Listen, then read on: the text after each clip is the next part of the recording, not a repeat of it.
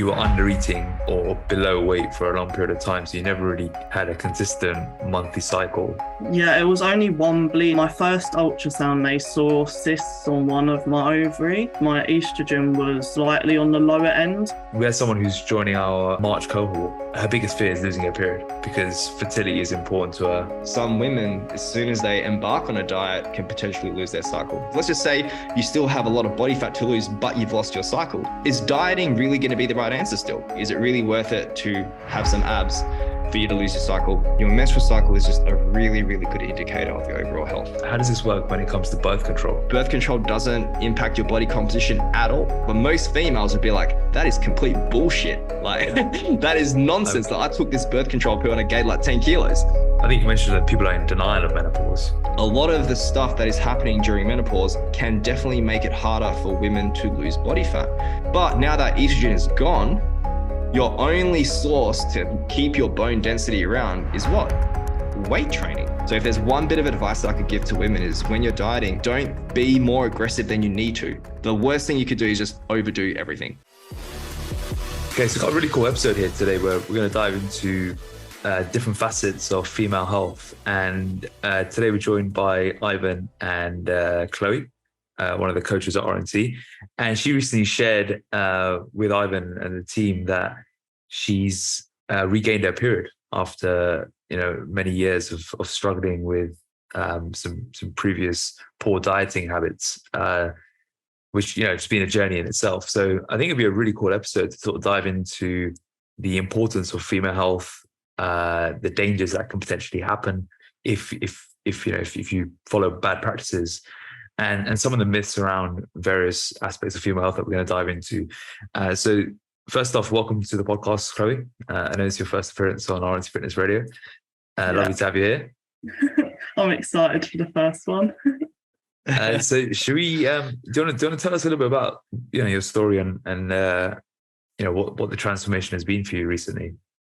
So I actually never had a proper period. So I'd say when I was around 15, I had one bleed, but then since then, I didn't have anything consistent.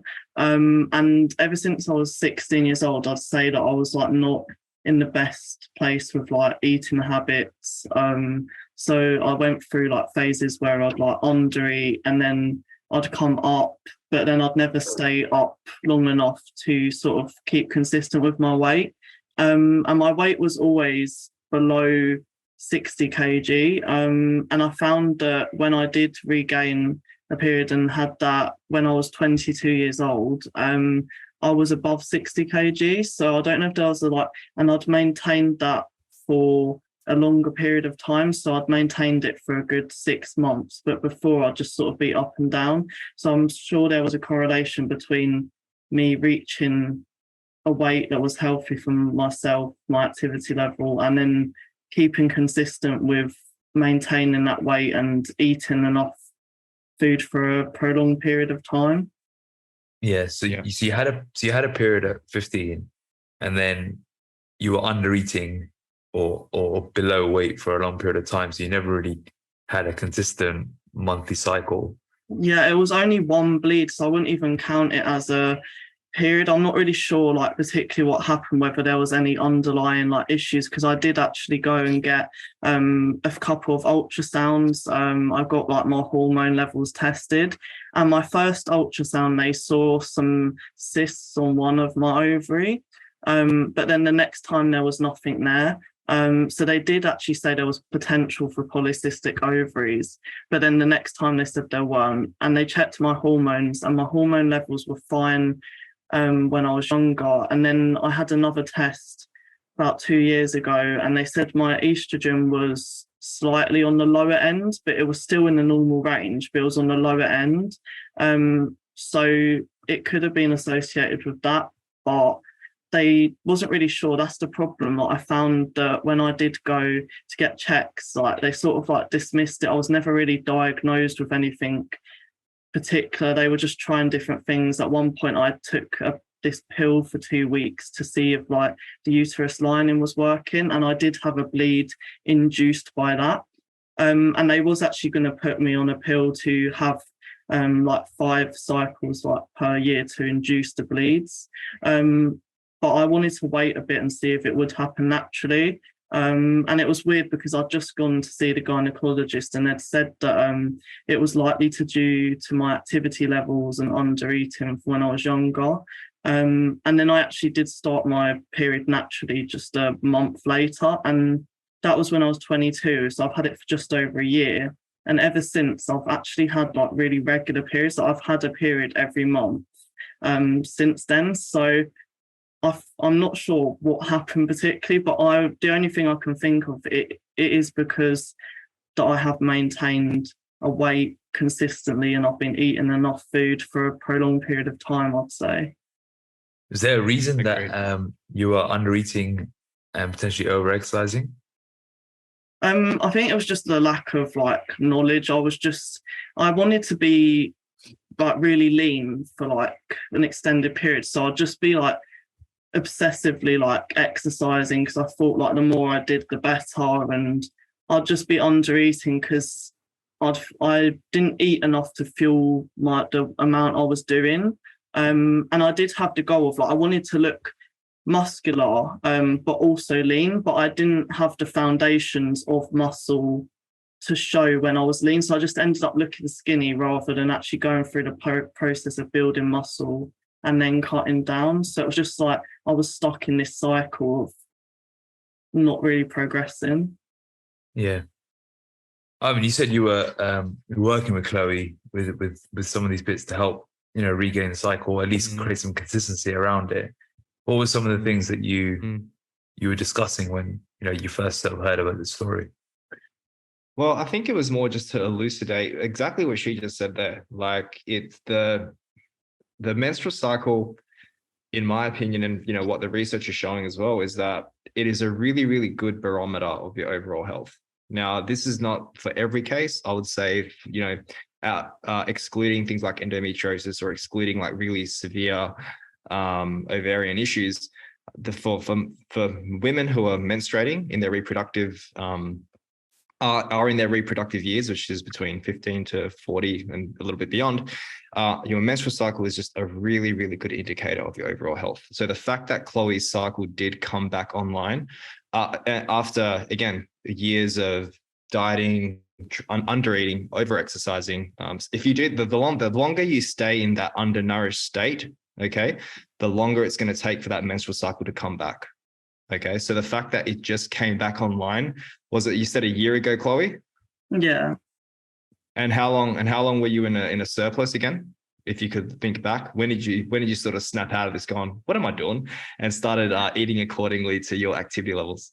At that point, it was about like a year and a half, 2 years that I'd been like gaining weight. So yeah, it was from about under 50 kg, and then I was above 60 when it started.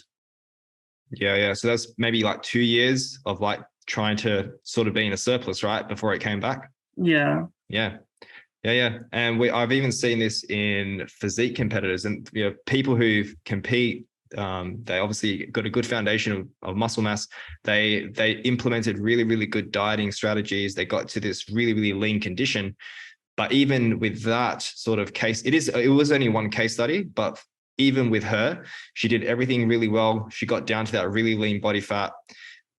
It still took her 6 to 12 months from memory, could have been close to a year, to get her regular cycle back.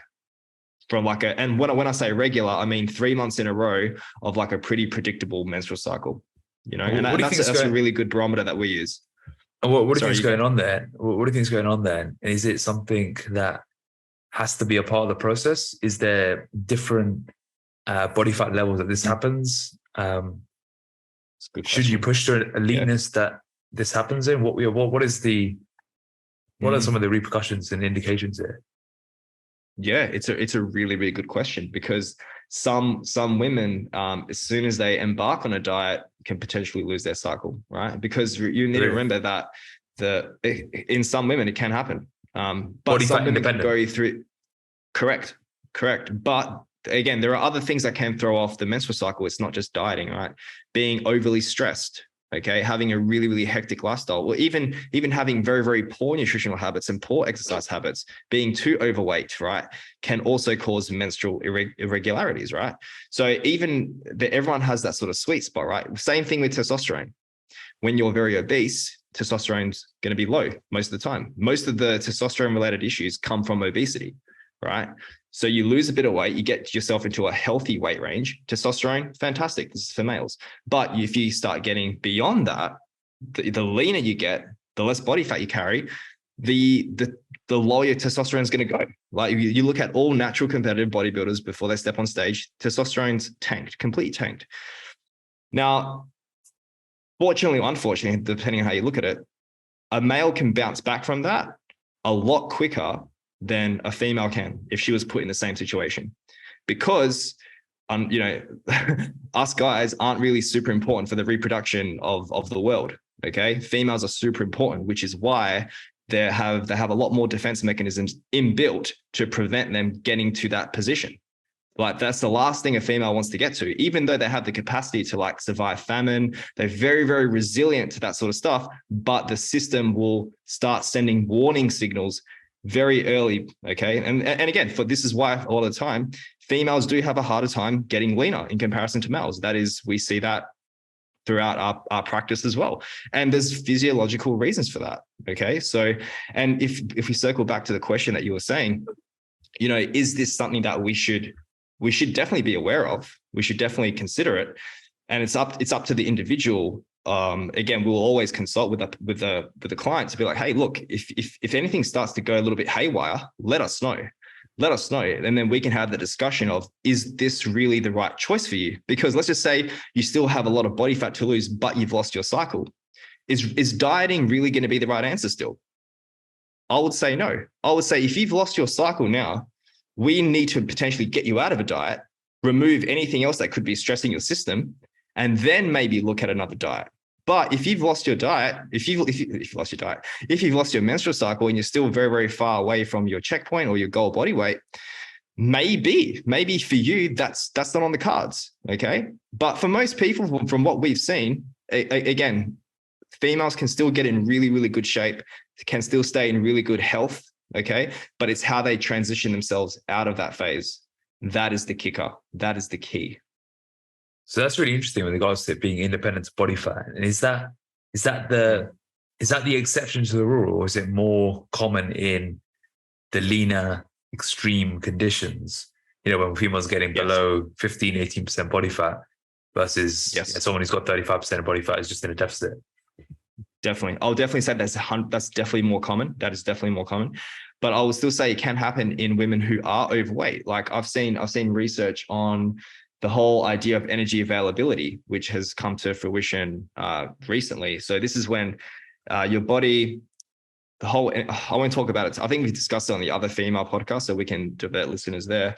But what the whole thing was, that they induced a very low energy availability state on obese women, right? So these women were 35% body fat.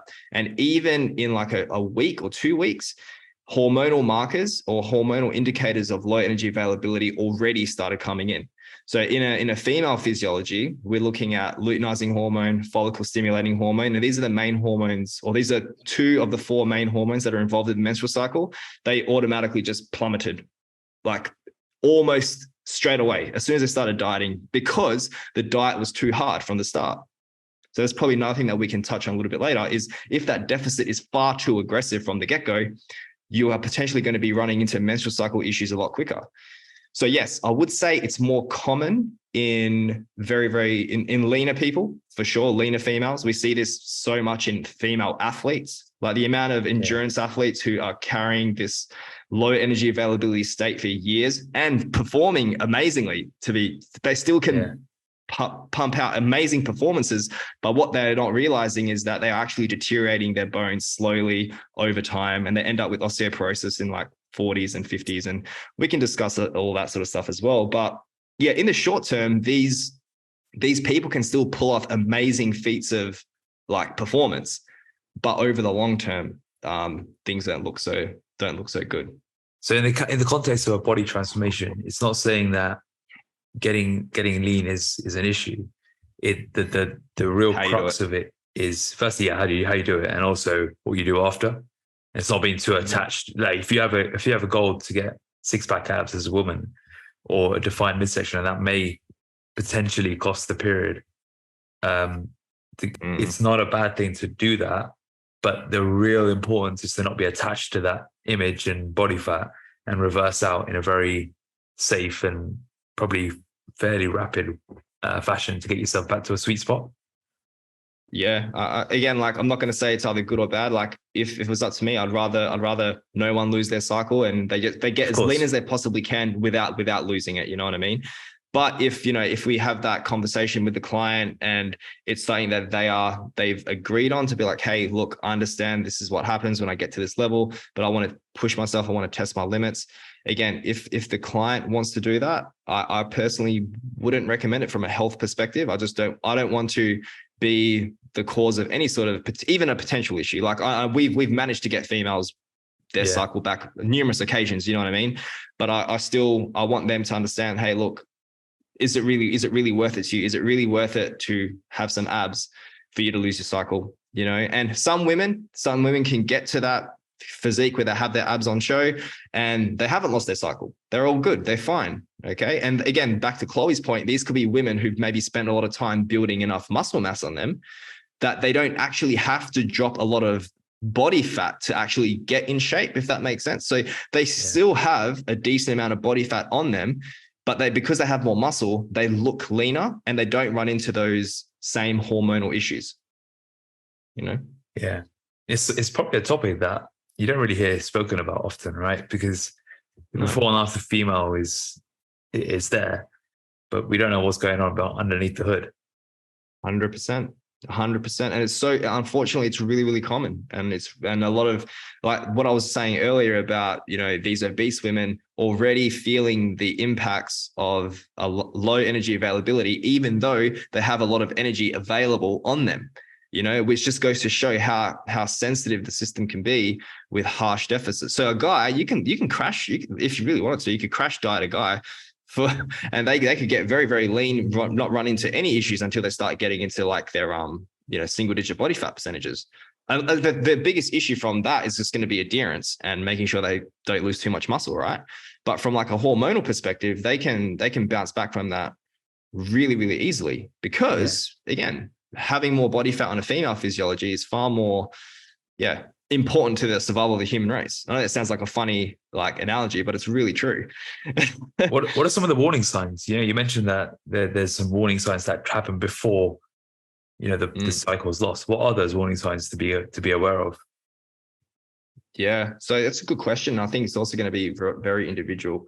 Now, if I was a female and I wasn't using birth control, the thing I would be looking at is actually, looking at my menstrual cycle, keeping tabs on it, using some sort of app. You can also, if women who are really into this sort of stuff or they want to learn more, you can even use basal temperature each morning to know where you are in your cycle, which can be really cool. Okay. I would definitely encourage a lot of females to start looking at their monthly cycles and seeing what's normal for you. Number one, because there is no perfect 28-day cycle. I think when I was looking into the research for this stuff, only 13% of women have the perfect 28-day cycle, right? And so there's a ton of variance, which can be from, say, 22 to 35 days for some women, right? And even within the same woman, there can be variance from month to month with regards to days. So it can be really, really tricky to know and to track, but I would still want to know what's normal for you and how you feel, certain parts of the month. And then if things start going a little bit haywire, for example, you miss a period or your bleeds are more aggressive than usual, or you're just, again, energy levels are tanking, you're finding it harder to stick to your diet. All the stuff that comes with just dieting in general will still apply to women. But with regards to the warning signs, it's just, I would be looking at changes within that menstrual cycle with what is normal for you. So first they have to know what's normal for them. And unfortunately, a lot of women don't even know their own menstrual cycle, or they don't understand the intricacies of it. Maybe because all they know is the week before they start bleeding when, they have cravings and PMS and all that sort of stuff. But outside of that, sorry to interrupt, Ivan, on that, because I think it'll be really useful. What is normal? How do you know what your normal menstrual cycle is? When you say that, if things become abnormal, what are we looking for? Is it week 1, this is usually how I feel. Week 2, this is how I feel. How do we differentiate feelings with actual reality as well? Well, that's the thing. Like, it could be just longer periods. So it's like, okay, if you're normally like, let's say you're normally around 30 days, and then all of a sudden it's just like 23 days or something like that. Or you're starting to see a lot more variance between month to month. Or also there can be more painful, things like that, more painful periods. But outside of blood tests, it can be really, really tricky to tell. And I was going to mention, Chloe, when you said earlier that they checked your estrogen and it was low, what part of the cycle did they check your estrogen? Do you know? I actually can't remember when it was, but like it was, I don't know, because it was before I'd even like had a bleed. Yeah. So I guess like it would be hard to know what part of the cycle it was. Yeah, exactly. So if you could actually get blood work done, you would sort of start to see, okay, what's your estrogen levels in the follicular phase? Because that's, estrogen is the most dominant hormone in that first half of the cycle. And then the second half is more dominated by progesterone. So, if you really wanted to get into this, you would want to see, okay, what are those hormones doing in the first half and the second half, right? But again, it's not feasible to get a blood test done every month while you're dieting to know what your estrogen's doing. But yeah, it could just be things like not recovering as well from your training, okay? Not being able to stick to your plans better. All these things, which again, can be very, very hard to know, is it menstrual cycle related, just dieting in general, losing body fat or being too aggressive with your diet, with your deficit. I think those are the things that we practically can control to the best of our ability. But warning signs, again, it could just be a variance of things. Very hard to pinpoint. It's very, very hard to pinpoint without blood work. Yeah, because what you said there is like adherence to the plan. It's like, well, how do you know that's just your own? Yeah, that's your own like inability to handle stress or emotions versus the actual menstrual cycle about to be going. Exactly. So it's really tricky, and but again, females do have that advantage that when that starts to go, that's when right? For guys, it can be tricky. For guys, we don't have that same marker where it's like, well, okay, we don't have a menstrual cycle to gauge how low we should, when things start going pear-shaped. We sort of get a feel for it, of course, but that's more subjective. With a menstrual cycle, it's more like this is actual proof that things are going a bit haywire. Because remember, as I said earlier, there's always going to be a really, really good barometer of your overall health, okay? Because if your body feels safe enough to make you pregnant and have a child, you know that your body's in a healthy position. The reason it goes offline is because the body doesn't feel safe growing a baby in you. You don't have enough resources on you. You're not in the right position to grow a baby. So reproduction is going to be cut offline, because in that moment, it's not an important function. An important function is survival, right? Play devil's advocate. How does this work when it comes to birth control? Because many women these days, so hard, especially between the ages of say 18 and 40, may be on birth control. Agreed. So, how do you gauge your health? Yeah, it can be really, really tricky. So I also looked into birth control as well, just to, again, further complexify this whole thing. And it's also going to depend on what sort of birth control you do have, okay? Early birth control medications that were literally just like progesterone or estrogen only, progesterone only, were horrific from like a side effects perspective, right? So, and the way they act, when you look at it, it's literally like hormone replacement. That these pills are giving you hormones throughout the month. They pretty much eliminate the need for your body doesn't need to regulate its own cycle. So you're getting this artificial cycle depending on what pill you have. So even if you're dieting super hard, and you're pushing the envelope, but you're on birth control, it can be very, very hard to know, okay, well, what's actually going on here? Am I in a good position? And this is what I mean. Birth control can make it really tricky. Now, there are some other forms of birth control that are more local. So the IUD, the copper IUD, which is something that can be inserted in the uterus, and that can actually just stay there, and all the hormonal effects are local. So you can still get all the birth control protection while having your normal menstrual cycle. And I think, you know, if people had to pick one that I would recommend, that would be the one. But I'm not your doctor. I'm not going to tell you what birth control pill to take, because again, birth control pills are also given for other issues outside of menstrual stuff. So it can be really, really tricky. But for any female that is listening, don't be afraid to speak to your doctor. If you feel you're having side effects, if you feel it's impacting your body comp in a negative way, have a chat with them. But again, if you look at the research is quite neutral, and that says, well, on average, birth control doesn't impact your body composition at all. So you may look at that. We can look at that, but most females would be like, that is complete bullshit. Like that is nonsense. Like, I took this birth control pill and I gained like 10 kilos. And that's the thing though. But when you look at the actual papers, you'll see that, yeah, the average may have been this, but you have some women in the study who gained like 10 kilos and some women who lost 10 kilos. So the average ends up being 0. You know what I mean? But again, they looked at these women over the course of a year, and we know how many things can impact your scale weight over a year. So to say it's birth control, it's just like, not really. But you're adding more complexity to this whole thing. I love it. But these are the things that, and this is why we need to be talking more about female health, because it's it's a topic that is very, very misunderstood, or things are not taken into consideration as much as they should be. Chloe, question for you. Have you used birth control at all in your life? No, I've never used anything apart from like the tablets that I was given for them 2 weeks. But I've never taken any hormonal like replacements. Yeah. Okay. And Ivan, with regards to, because I think a lot of women might be listening to this thinking, well, should I even be trying to lose weight? You know, should I be even trying to do a body transformation?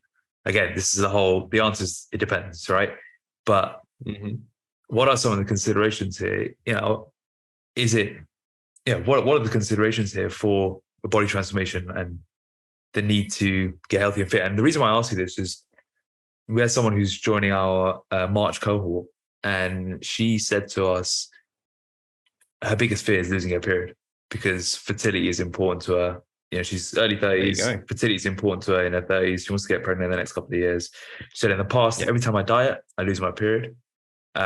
She's quite a small lady. And she said she's been on like 1,200 calories before and loses her period, almost immediately as soon as she starts. And her goal is to be healthy, fit, and prepared, and strong for pregnancy.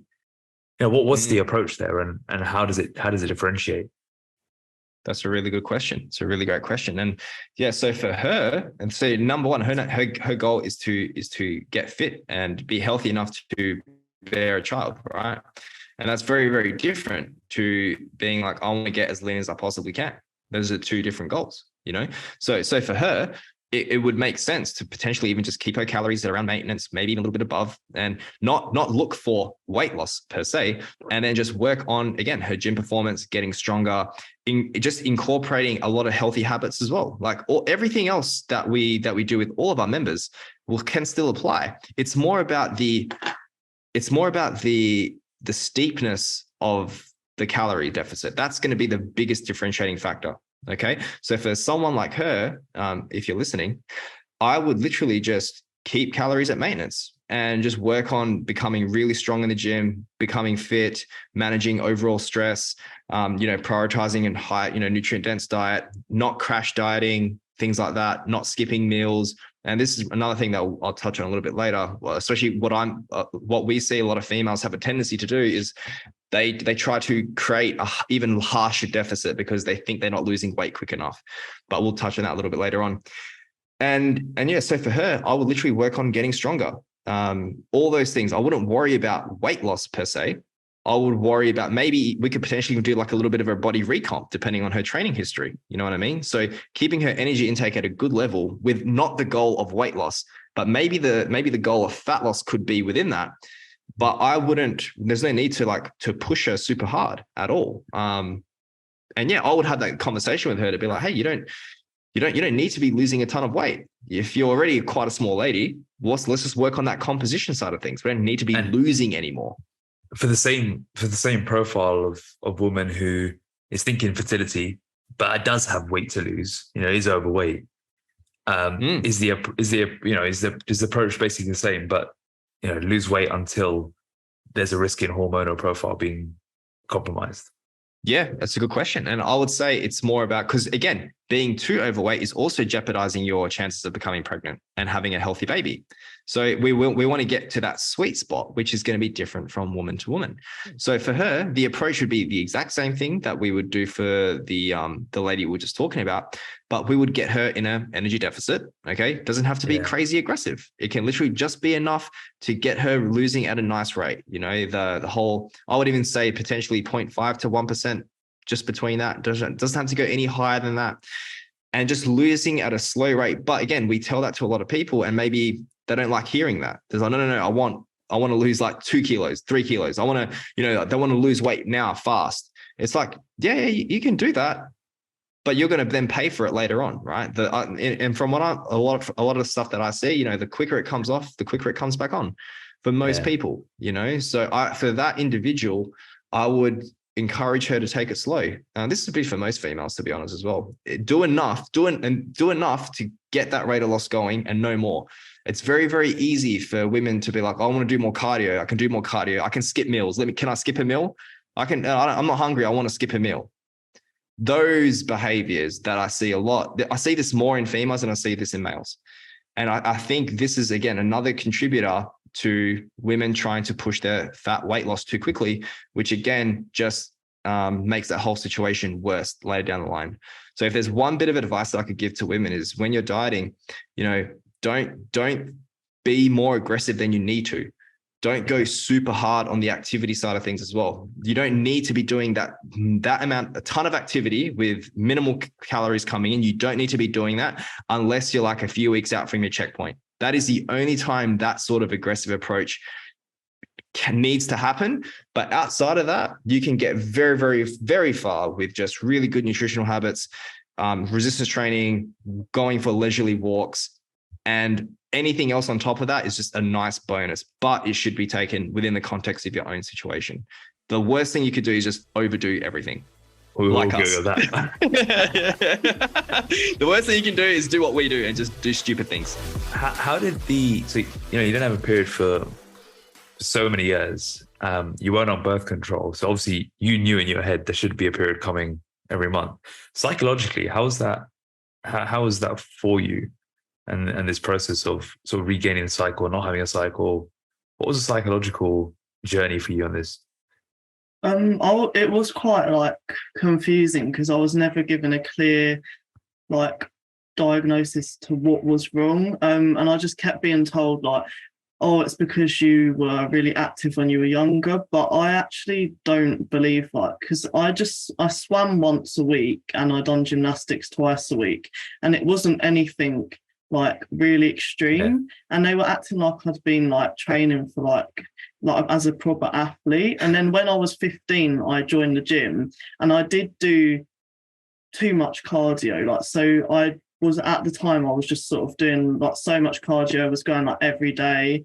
And then I'll say when I went to uni, when I was 18, I started getting into the weight training more. And that is when I started uni quite underweight, and I put on weight while I was there, and started the weight training. So I'm surprised that I didn't start at some point at uni, and it come a bit later on. But I do think that, related to what Ivan was saying earlier regarding stress, I am a very high stress person, and I'd say since GCSEs, I always put a lot of pressure on myself with exams. So when I done my exams, then I was so stressed, and then I had my A-levels at sixth form, was stressed, uni was stressed, and I just get stressed overall. And when I started my period, I was actually at probably my lowest levels of stress. It could be associated with that as well as eating. Well, stress is stress, right? Dieting stress, emotional stress. So maybe it was just whilst you weren't active, as in super, super active, maybe it was just the excess of emotional stress. Have you ever suffered with anxiety or anything similar? Yeah, I've never been diagnosed, but I would definitely say that if I went to be tested, I'd probably have some form of anxiety because I do get them feelings. So yeah, I'd say. And what, if you don't mind me asking, what sort of feelings do you experience, and what triggers you to experience it? I think it's like probably like not getting to where I want to be in life. Like that's why I've always stressed about like the exams and like doing well. When I get like this fit, I'm always like thinking about like the future and like, am I gonna be good enough to do this, do that, and achieve what I want? So I always put a lot of pressure on myself regarding everything like that, and just I overthink every situation. So that just causes like the feeling, and like it's just this horrible like feeling of like what's going to happen inside of me. When a lot of the time, like I don't actually need to feel that way, because like, as long as I'm doing what I can, I'm going to achieve it. But I just never feel like I'm doing enough. Like when I was revising for GCSEs, I remember I was just sitting in my room like 24/7, and my parents would be like concerned, and they'd be telling me to stop, and I'd be having like breakdowns if I like wasn't able to revise like at a certain time. Like I'd have to be constantly doing it. So yeah, So definitely. it's from a young age, this was like a habit you formed in your teenage years. Just for the listeners who might be wondering what GCSEs, do you know what they are? GCSEs. Do you get them in? No, but I'm assuming it's similar to just like exams to get into university, right? No, these are the ones that you do at 16 to before college. Oh, So they have, yeah. They have Okay. the university ones at 18, and at 16 you do a different set of exams. So in the UK they're called GCSEs. But I will say also as a 16-year-old, you probably weren't equipped to handle that sort of stress as well, right? No, as a 16-year-old, it's just you don't have the skills. Like I look back at my 16, 18-year-old self and go, how the hell did you even like get out of the house? How did you like not get hit by a car crossing the road? I mean, you've lived two lives, haven't you? You've lived two lives. I really have. I'm at school now. I love it. I'm like, this is the best. Chloe, sorry, Chloe, you continue. Have you like dug into like where's that come from? Have you kind of ever explored that? Not really. I don't really know. Like, I just know that it did start around the age when I was like around 15. It's kind of like, that's when I did start the gym as well. So I found that the gym helped me cope with the stress. Yeah. So that's why I overdone it with the gym. Because like, I remember everyone was always saying, oh, you're so obsessed with the gym, like going all the time. And like, I think like I definitely know, like even now, like the gym is like the main reason I go to the gym, I'd say, is mentally, like for coping with like stress, anxiety and everything. So I think that's probably like why I overdone it as well. Not just the fact of like I did want a six-pack. Like I remember when I was younger, I always like was striving for that, and I thought that I'd be happy and everything would be like my whole life would be solved by having a six-pack. And then when I did like have one, like and see like that abs, I was just like nothing really changed, and I'm more happy now, even though I haven't got a six-pack. Like I feel better now. That's really interesting, because I think when you get a six-pack in a way, or you get lean in a way where you just throw everything at it and you throw the kitchen sink at it, you don't really do it with any sort of thought process. I don't think you get those physical is the vehicle benefits that we talk about compared to when you do it in a structured, progressive, introspective approach. When it's just like cardio at all costs, don't eat as much, eat as little as possible, it just becomes a vanity exercise, and you probably end up more unhappy at the end of it, more stressed, more unhappy, and then, like you said, primed for that rebound. So that's probably one of the big reasons there. But I'm also curious because you're a strong proponent of heavy lifting, right? You lift heavy. You're always looking to train hard, and you're not afraid to build muscle. And as a woman, these things sometimes can be feel quite intimidating, especially come from a dieting background where you've always tried to stay as low in body weight as possible. At what point did you, if it was linked to this journey of hormones, that could be the answer. But at what point did it switch in your head where you saw weight training as something to progress with, to build with, as opposed to restriction and cutting down? I'd say when I learned more at uni, because I thought I knew everything before uni. Like I thought I knew all about nutrition and training, and then I went when I went to uni, like I learned like so much about like obviously like the science behind everything, and I met a lot of people in the gym like at uni that were into training. And one of my like best mates at uni, she lifted heavy, and she was in the same gym as me, so I saw her doing it and her physique, and I had a goal in mind that like always that I wanted to look muscular, and I realized what I was doing, I was making no progress. So I was like, I need to like make a change. And it was hard. Like I remember I'd start my workouts always with like interval sprints on the treadmill, and I'd feel like I had to be like sweating before I'd done the weights, because I didn't get as sweaty when I was doing the weights. So I'd think, oh, I have to do that first and then do the weights. And then I slowly like cut it down, and then I stopped it and just done the weights. And at first it felt so wrong and weird, because I was so used to doing my whole sessions as like all this cardio jumping around the gym and everything. But then like once I realized that like I didn't actually need to be sweating to like know I've worked hard, and I started getting into like lifting the weights. And once I started it, just enjoyed it so much, and the mental benefits I found were even better than when I was doing the cardio. So yeah, the more I learned, the more I was able to progress. And then I saw my body changing, my strength improving. And I look back to how I trained at uni, and I thought like that was optimal. And every year I just keep thinking, oh wow, like there's still so much to learn, like even now. But I'd say I'm at the best point now where my training is the best it's ever been. The sweat thing's so interesting, isn't it? It's like it's such it's such a perceived correlation to exercise. Like when I was in Phuket, everyone's just sweating, just walking around the place, and you think, oh yeah, I'm working hard, I'm sweating a lot. But if you can do the same thing in a cold environment and you won't do it, nothing will come out. Yeah. Chloe, but I was gonna mention the fact that you realize this now at someone at your young age is fantastic. You know, I'm sure, you know, maybe there are some women listening who've been doing that for maybe 10, 15, 20 years, right? And the fact that you've done this now as like a 22, is that correct? 23? 23, yeah. 23-year-old that you're into lifting, you understood that having abs and all that sort of stuff like is probably not the most productive way for you to do things moving forward.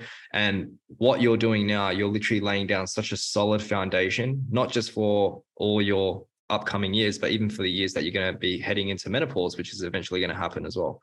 You know, and all women, they need to understand that that is a time that you're all going to experience. And when I was doing the research into menopause, I realized that a lot of women were in denial about it, or weren't even actually aware of the whole process. Or if they went to their doctor was very dismissive of it as well.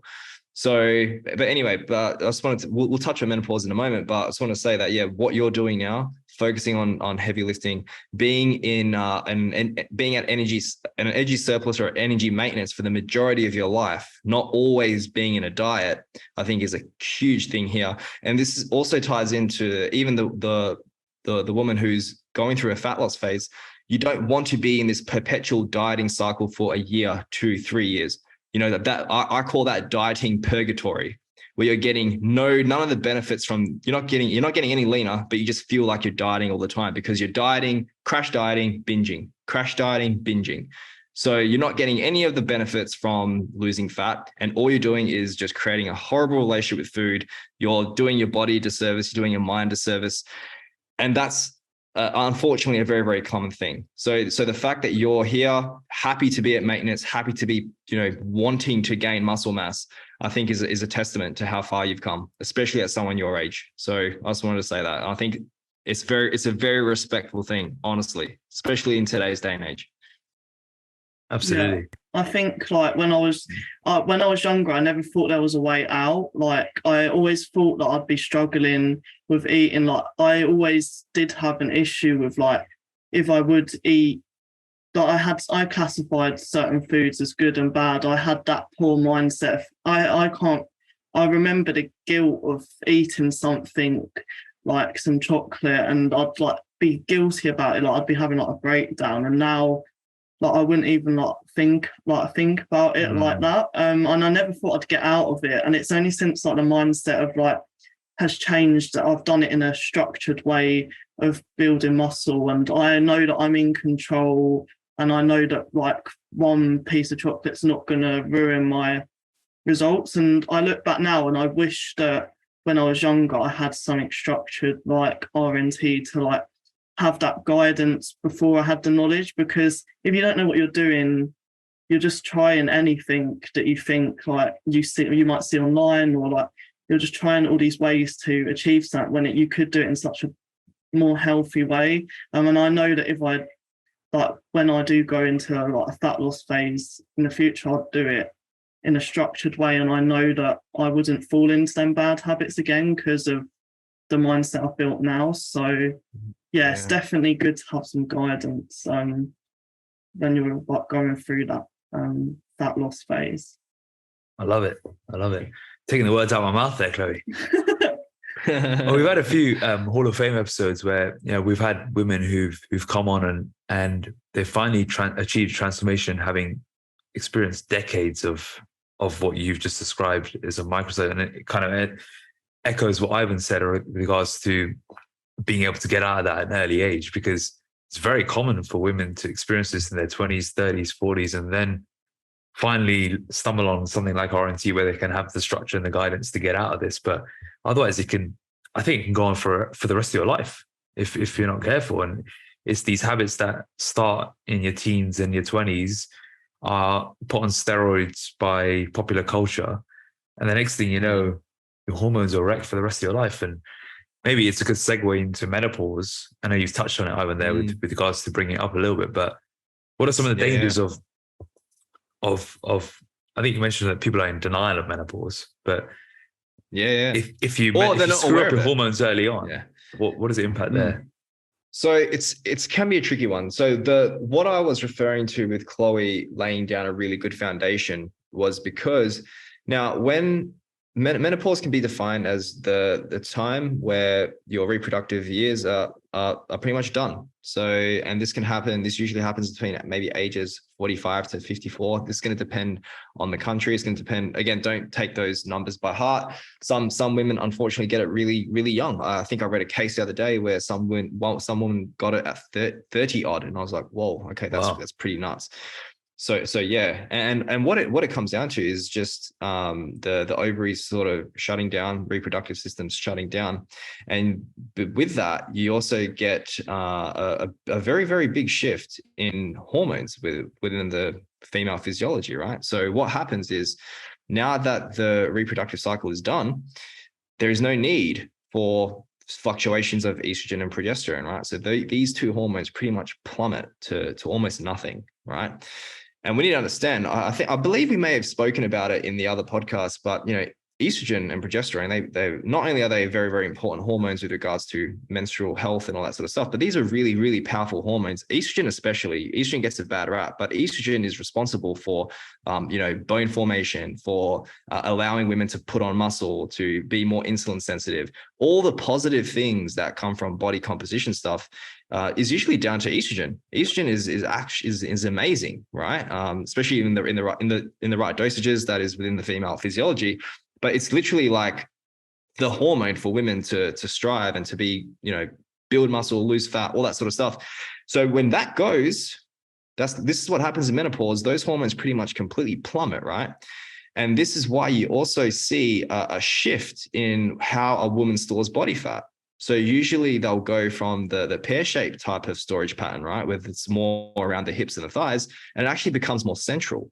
So that they take on the body fat storage sort of sites like guys, right? Most guys store body fat around their midsection, can compare it in general, right? So they take on this new body shape, and in their mind, they think, what the hell? Like I'm still dieting, I'm still training. Like, why am I gaining all this fat around my waist? What they don't realize is though, it's not, if you've been eating the same and doing the exact same thing, it's not additional weight that's coming onto your waist. It's just that weight is being shifted. So you're no longer storing your body fat more on the hips. It's now shifting more centrally. And that can be a real big like mind FUCK for a lot of women to be like, what is going on? What's going on? Like, what's happening? And this is part of it. This central adiposity is a hallmark of menopause, right? And unfortunately, this is why having more body fat around the center, it's more around the organs, it's more dangerous, more visceral. that also then leads to other sort of metabolic issues that also now come with being in menopause, So, you need to be more wary of your saturated fat intake because cholesterol can now spike up in menopause. Metabolic issues do arise during this whole period. So there are a lot of things to consider. And I know you're going to have Amanda Thebe on the podcast, and she's going to be great at this, but a lot of the stuff that is happening during menopause can definitely make it harder for women to lose body fat. I'm not saying impossible. It definitely can happen, especially with the right approach and all the right strategies that we implement here at RNT. Women in menopause can still drop body fat. That is without a doubt.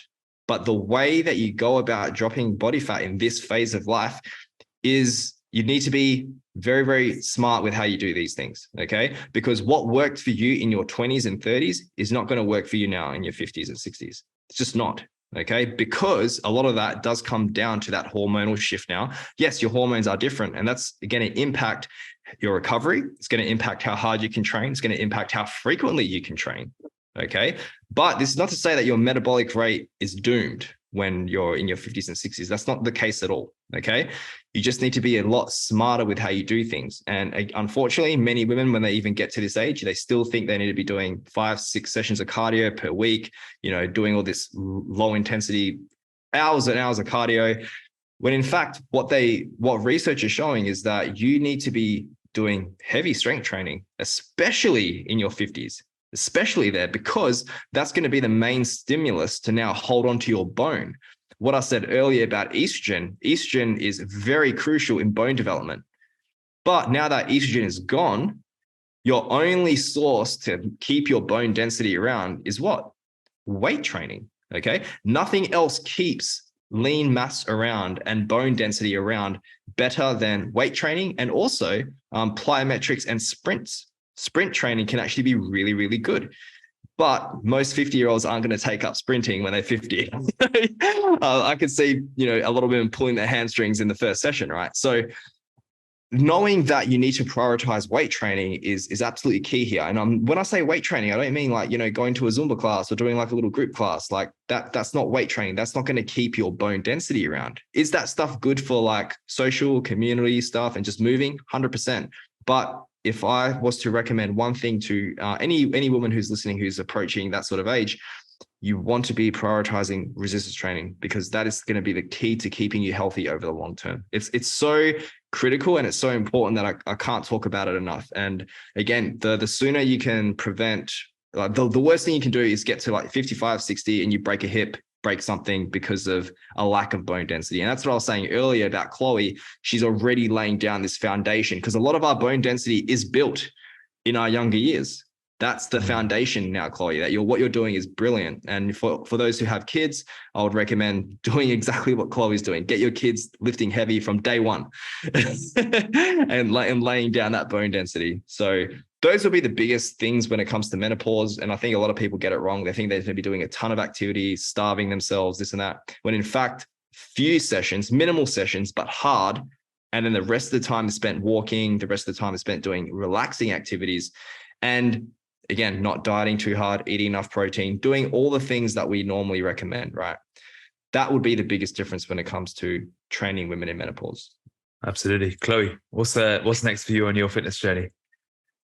To continue getting stronger, and then look into doing an actual good structured fat loss phase to hopefully reveal all the muscle mass that I've built, and hopefully I'm hoping that when I do cut down that keep my period and see that I have built muscle, which I know I have, but definitely. It'll be good to see what I can achieve from that. Be good to see what you cash out on all the investments you've been making in the last few years. Yeah, definitely. Yeah. Brilliant. Well, this podcast has covered a range of topics. We've gone from getting fertility, birth control, periods, menopause, which, by the way, Ivan, nothing to add to that. It was perfectly said. If you're wondering why, if I just shut it down there, perfectly said. For anyone who's approaching that age. So we've covered a range of topics here, and I think what we call it in the next couple of months is sort of picking different areas we can dive deeper into depending on the feedback we hear back from this podcast. So if you listen to this and you enjoyed it, and you know someone that would benefit from listening to this, depending on which stage of the female health journey they're on, please do share it with your family and friends, because I think it's an important message that needs to get out there more and more. Thanks, Ivan and Chloe, for joining me on this podcast, and look forward to doing it again sometime.